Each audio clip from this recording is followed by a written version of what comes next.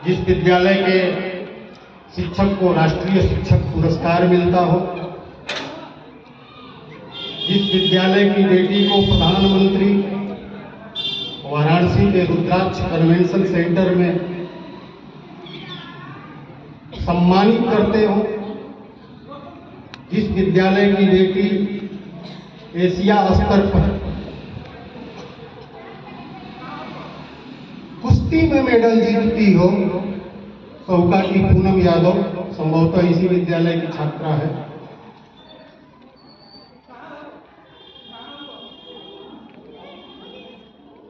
जिस विद्यालय की बच्चियां शास्त्रीय नृत्य और पेंटिंग में भी राज्य स्तर पर अपना परचम लहराती हो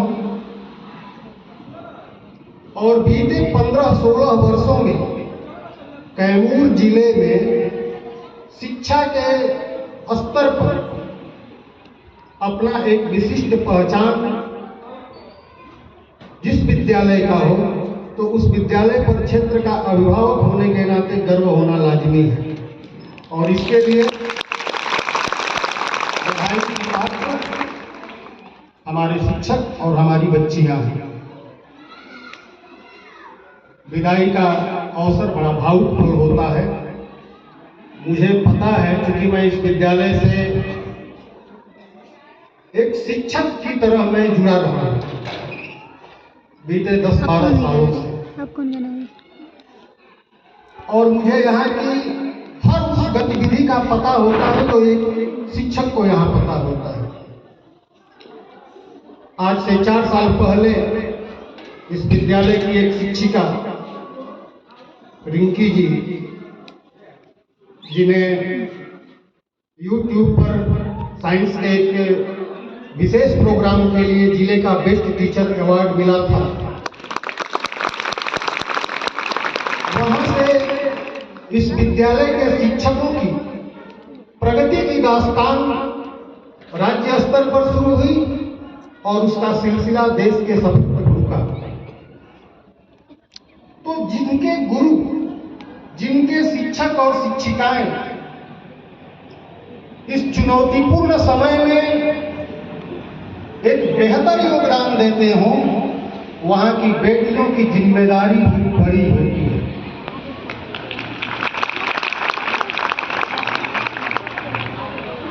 विदा फेयरवेल, फेयरवेल का शाब्दिक अर्थ होता है अच्छा समय।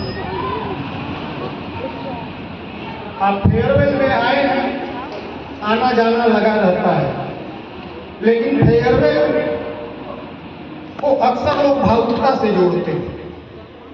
लेकिन अगर उड़ान भरना है, विद्यालय को उड़ान भरने का प्लेटफॉर्म बनाना है, तो उसके लिए जरूरी है कि भावुकता से ऊपर उठकर के बेहतर भविष्य की तलाश की जाए। फेयरवेल की सार्थकता इसी में है। आप आगे जिन संस्थानों में जाएंगे, वहां पर आपके अनुशासन, संस्कार ही आपका वहां पर पहचान होगा और आपके अनुशासन, संस्कार और पहचान ही जिन नए संस्थान में आप अध्ययनरत होंगे, वहां पर इस विद्यालय की प्रतिष्ठा का प्रमाण होगा। इसलिए आप जिन नए संस्थानों में जाएं, वहां आपका यह दायित्व बनता है, फर्ज बनता है कि यहाँ जो अनुशासन आपने सीखा, उसमें उत्तरोत्तर वहां वृद्धि हो। बहुत कार्यक्रम है, मुझे बहुत लंबा भी नहीं बोलना है, मुझे कार्यक्रम अपनी बेटियों का देखना है। ताजा एक शब्द मैं अपनी बेटी तनुश्री के बारे में कहना चाहता हूं। इसलिए कहना चाहता हूं कि वह बेमिसाल है, वो आज की बेटियों के लिए प्रेरक है। शरीर से दुबली पतली, छोटी सी काया, लेकिन संघर्ष की पराकाष्ठा है उसके पास। मैं यह बात इसलिए कहना चाहता हूं कि जिसके माता पिता दोनों दिव्यांग हों,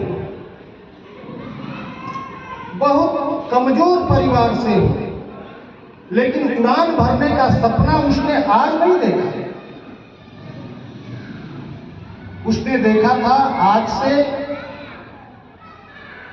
जब वो 8वीं कक्षा की छात्रा थी। सोशल मीडिया से मेरी पहचान हुई उससे, मुलाकात हुई तो पता चला मेरी बेटी के साथ ही पढ़ती थी। और जब मेरे घर मैंने उसे बुलाया तो उसने मुझे पिताजी का संबोधन दिया मेरी बेटी के दोस्त होने के नाते। और उसके बाद से जब आदर्श बालिका में मैंने उसका नामांकन कराया, मैं खुद अभिभावक की हैसियत से उसे लेकर के आया था। कोई बैकिंग सपोर्ट नहीं, लेकिन मैंने देखा है उसे घर जाकर 8-8 घंटे तक लगातार रियाज। कैमूर जिले में 4 बार वह शास्त्रीय संगीत की टॉपर रही, पटना प्रमंडल की सेकेंड टॉपर रही। बिहार राज्य में जब उसका प्रथम स्थान पर चयन नहीं हुआ तो बहुत निराश थी, लेकिन आखिरकार बिहार से भी बड़े राज्य उत्तर प्रदेश में उसने प्रथम स्थान ला करके अपने उस निश्चय को दोहरा दिया। और आखिरकार काशी सांसद सांस्कृतिक महोत्सव में बनारस घराने की शास्त्रीय संगीत की गायकी से उसने ऐसा दिल जीता कि भारत के प्रधानमंत्री से भी उसे पुरस्कृत होने का गौरव मिला। ऐसा है अपना आदर्श विद्यालय। मुझे दुख है कि कार्यक्रम बड़ा जल्दी हुआ, तबला रहा होता तो तनु श्री का गीत, चूंकि शास्त्रीय संगीत होता है तो उसमें ताल मात्रा बिना वाद्य यंत्र के मजा नहीं आता। फिर भी मैं